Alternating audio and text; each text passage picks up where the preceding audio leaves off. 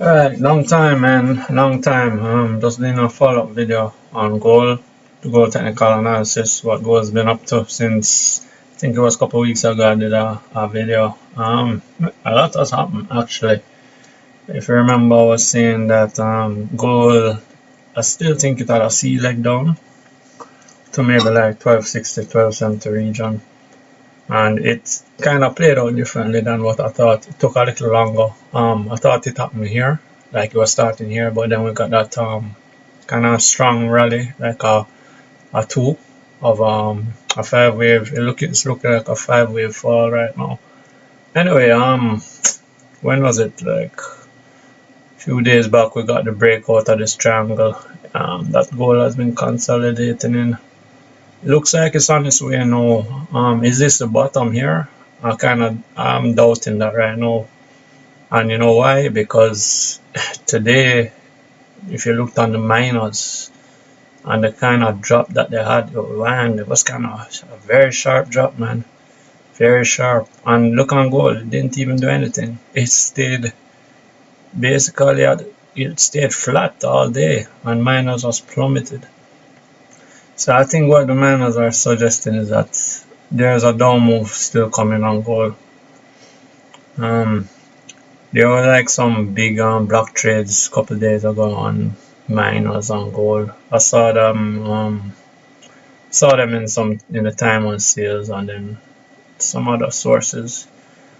So the move should continue down.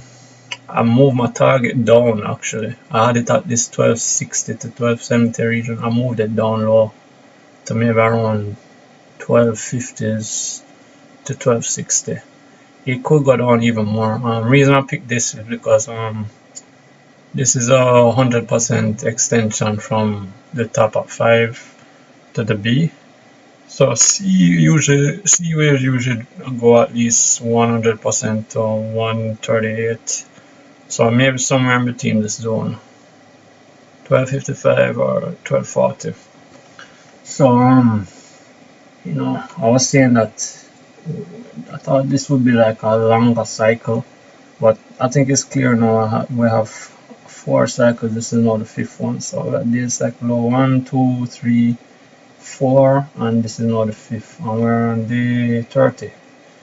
30 days is a minimum it has been running, but based on this drop, I think we can go a little longer. Remember, you have a FOMC coming up, so maybe it goes down into FOMC or hangs around here and then drops after FOMC. Whatever the case is I think it's not done yet. So yeah, quickly, so 1250s to 1260. I wouldn't be buying it right here now. For the reasons I give, you know, it's just meandering around this level here of this last cycle low, 2 cycle lows ago. It hasn't broken down yet, but once that breaks, there should be like a lot of stops get hit, so some more downside. Alright, so let me look at minus quickly.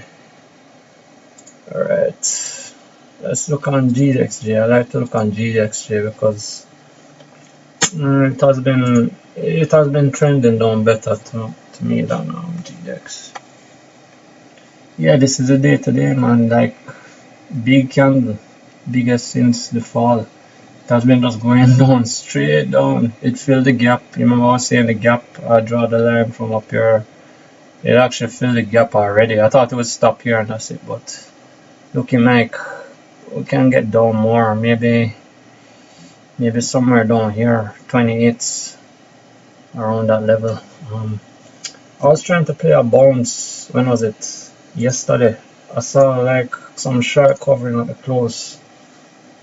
Let me show you how it looked. This was yesterday candle. And then I saw that block trade, so I was wondering, man, you know, it's probably a bottoming out here. A quick bounce and then maybe back down, but turns out it didn't even get hardly any bounce. Just this opening candle quickly up and then bam, right away.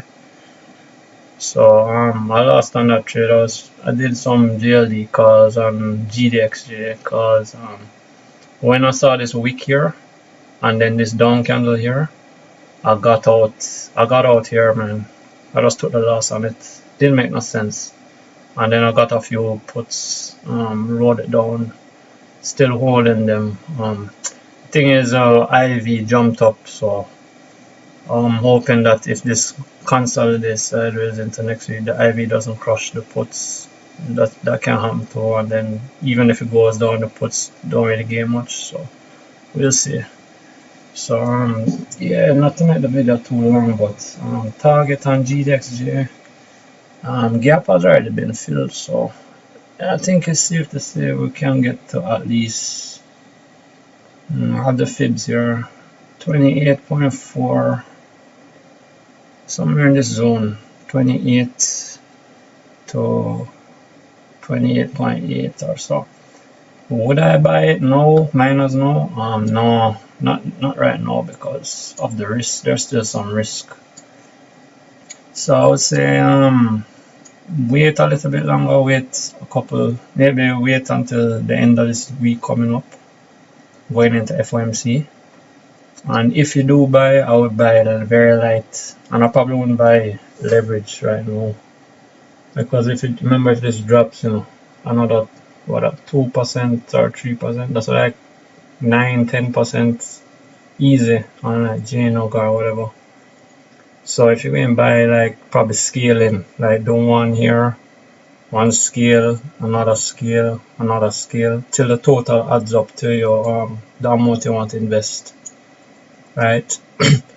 So you could just sell puts. Since IV shot up, you could sell puts, or you could buy just regular shares at GDXJ or your favorite miners.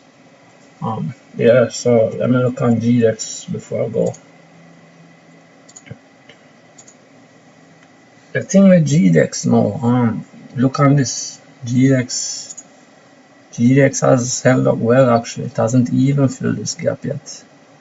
So I'm assuming that since GDXJ filled its gap already, I don't think this is gonna bottom until it at least gets down here, man.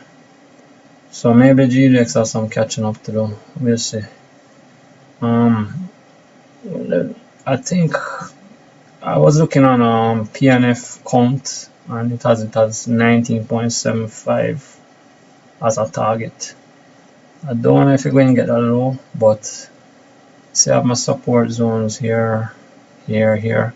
Honestly, anywhere from here, 19.5 to 20.4 or so, is a buy zone to me. Remember, scaling, guys. Don't just bomb everything one time here, like it goes to the gap. Alright, I'm gonna put in 20 grand in Nugget or Geno. Don't do that, man. If you have 20 grand, split it up in 4. So 5 grand each. So 5 grand here, here, as low as possible. And then you will set your stop, you know, probably a little wherever, whatever your risk tolerance is, like 5% or whatever, you know. That's all I think. So just wait a little longer. I don't think this drop is done yet, so just wait until another week at least, going into FOMC to see what happens. Alright, so good luck to you guys.